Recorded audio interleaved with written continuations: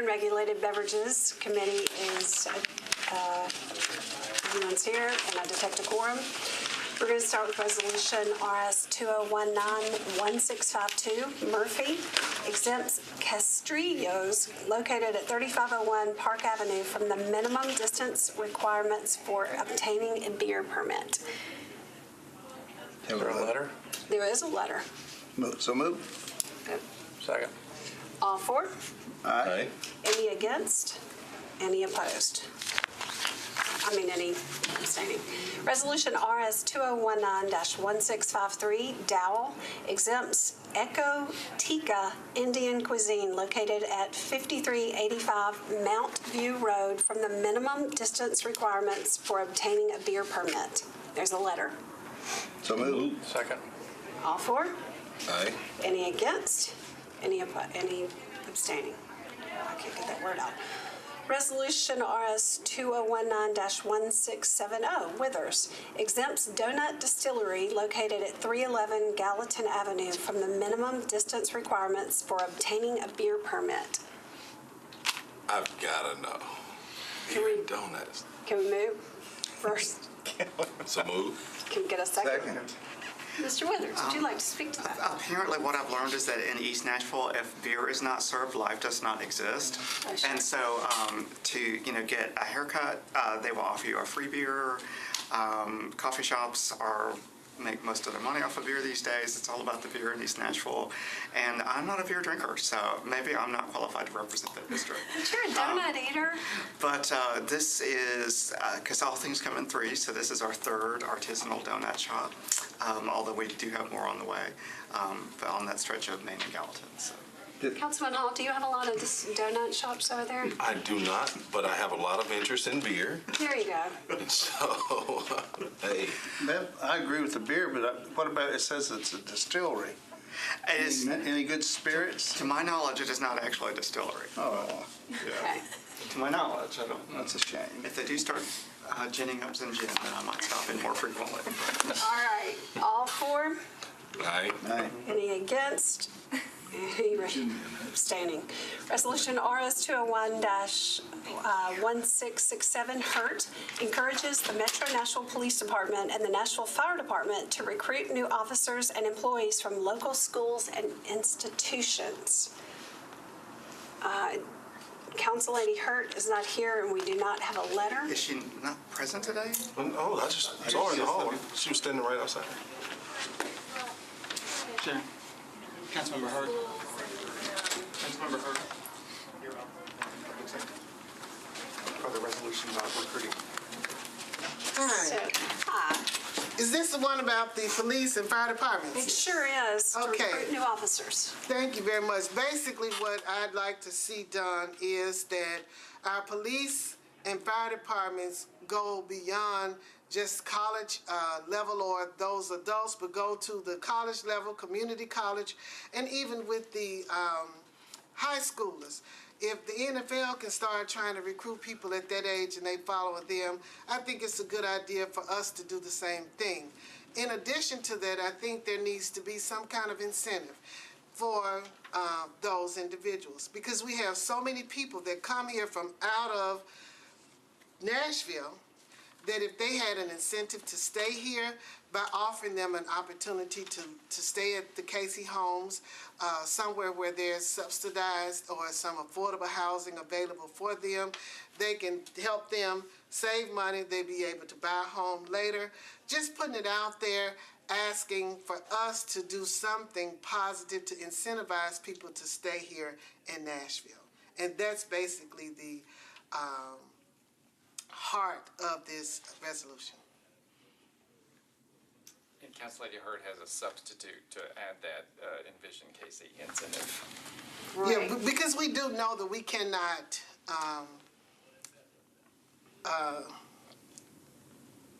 force them to do anything, but just asking as a good faith effort to put something out there showing that the city is thinking of the citizenry and our future, and having something that will offer them that incentive, I think is a good thing.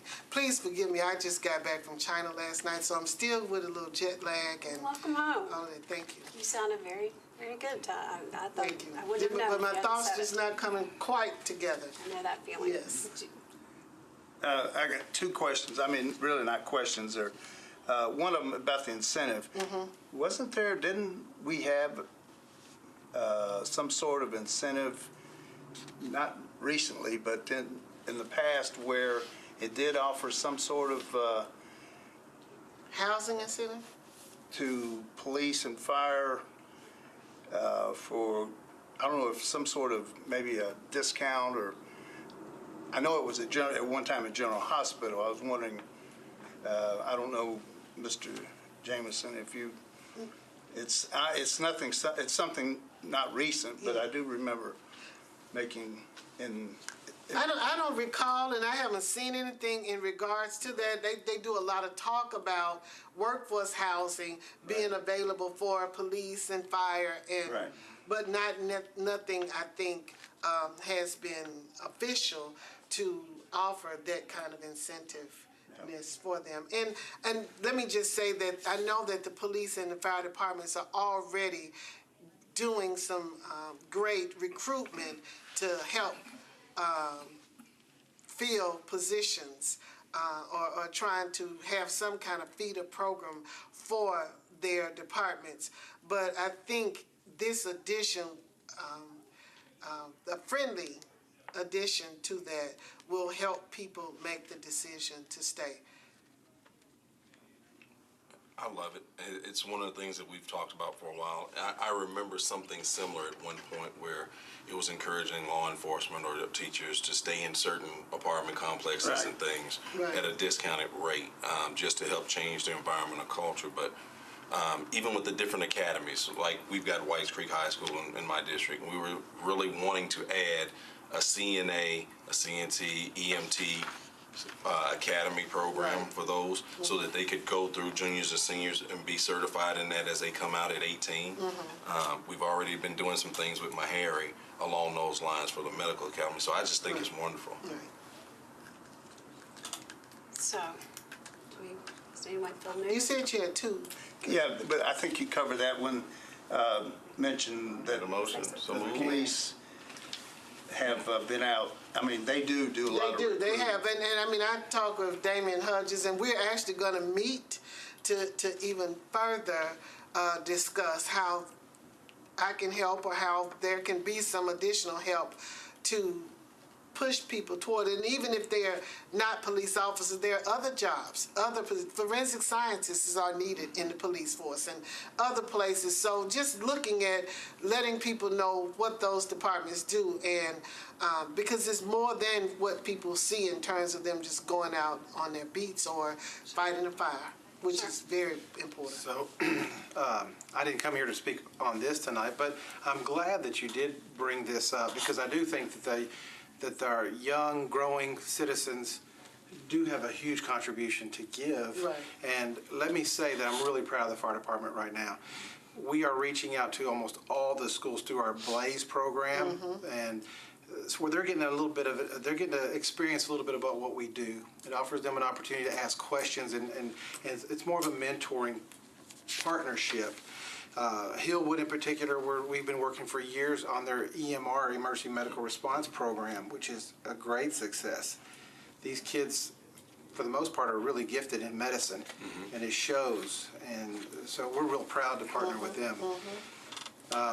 Just this past week, we were involved with Overton and I want to say Hillwood, but I'm not sure. I can't remember the other one, where we did mock exercises with them, where we had one of them in particular was kids that were texting and had a crash, and we laid out the scene with victims. Their drama club actually moulaged all their students, and we landed the helicopter, Life Flight helicopter, and they actually carried one of their students up in the air for a little tour and brought him back down. Same with the other school. I apologize, I can't remember the name of that one right this moment. But to say that we're standing idle would be wrong. We're really active. We want to be in these schools because yes. we do recognize that they have a huge potential Right. for us Right. in recruiting, but it also gives them the mass, a real bird's eye view of what we're doing. Right. It's a good educational process. One more thing. Yes, sure. And Absolutely.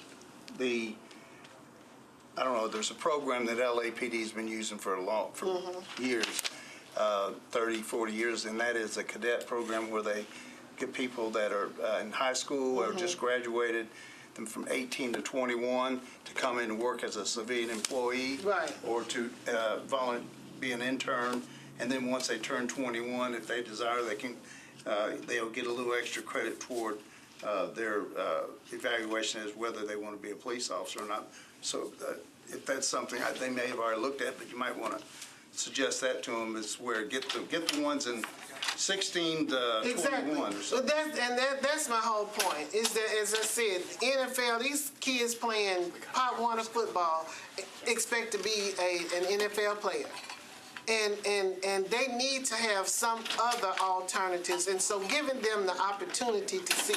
I know I was in school at Tennessee State with Drusilla Darden Martin now, and she worked, and I think she got an opportunity to start working for the fire department, and she's, exceeded and escalated herself and propelled up to a very good position, and she was engineering. So knowing that she had this type of opportunity available to her, I think speaks volumes of what it is that we offer in Metro, and to let others know that those opportunities are available. Same thing with the radiology technology program over at Metro General. People don't know that they are available to them, and that to give them an opportunity. It's another vocation that they can seek for professionalism. All right. Do we have a motion? So move. You want to move the substitute and then approve the substitute. Do we have a motion for moving the substitute? So move. Do we have a second? Second. Y'all are kind of quiet today. How many, all four? Aye. Any opposed? On the substitute. Yes. And any abstentions? Okay. Yeah. You got to move. Y'all can move the, sorry. Yeah, it's a- or- Do we have a motion for that? So move. All right. All for? Aye. Any opposed? Any abstentions? All Thank right. you. Thank you, Council Lady Hurt. Resolution RS 201-1673, Bircher and Roberts, accepts a grant from Axial Healthcare to the Metro Nashville Fire Department for the purchase of naloxone to block the effects of opioids. Motion. You have a second? Second. All right, is that what you're here to speak to? So that's the one I'm here Okay, for. great. So naloxone, or Narcan as we commonly call it, is a antagonist, or it blocks the effects of opioids when someone takes them. So if somebody took an opioid of any kind and we gave the Narcan, it would completely eliminate the effects of the opioid. Oftentimes, this is a crucial drug for those folks that we get who have taken the drug and are not breathing. So rapidly we can breathe for them, give them that drug, and it reverses the effects of it. So it's a fantastic drug. How quickly do you have to administer it? Well, it needs to be, if they're not breathing, we need to breathe for them, right? yeah, So sure. we've just got a few minutes to administer the drug, but it's a rather rapid acting medication. So it's gonna attach itself to where it's supposed to attach itself, on the nerves and the cells, and eliminate the potential for that opioid to do the job that it's supposed to do. So in effect, it takes away all the desired effects of an opioid. And it works rather rapidly. So we're fortunate in that regard. It's a huge drug. Axial is very generous to give us this money to purchase more because we're using a lot.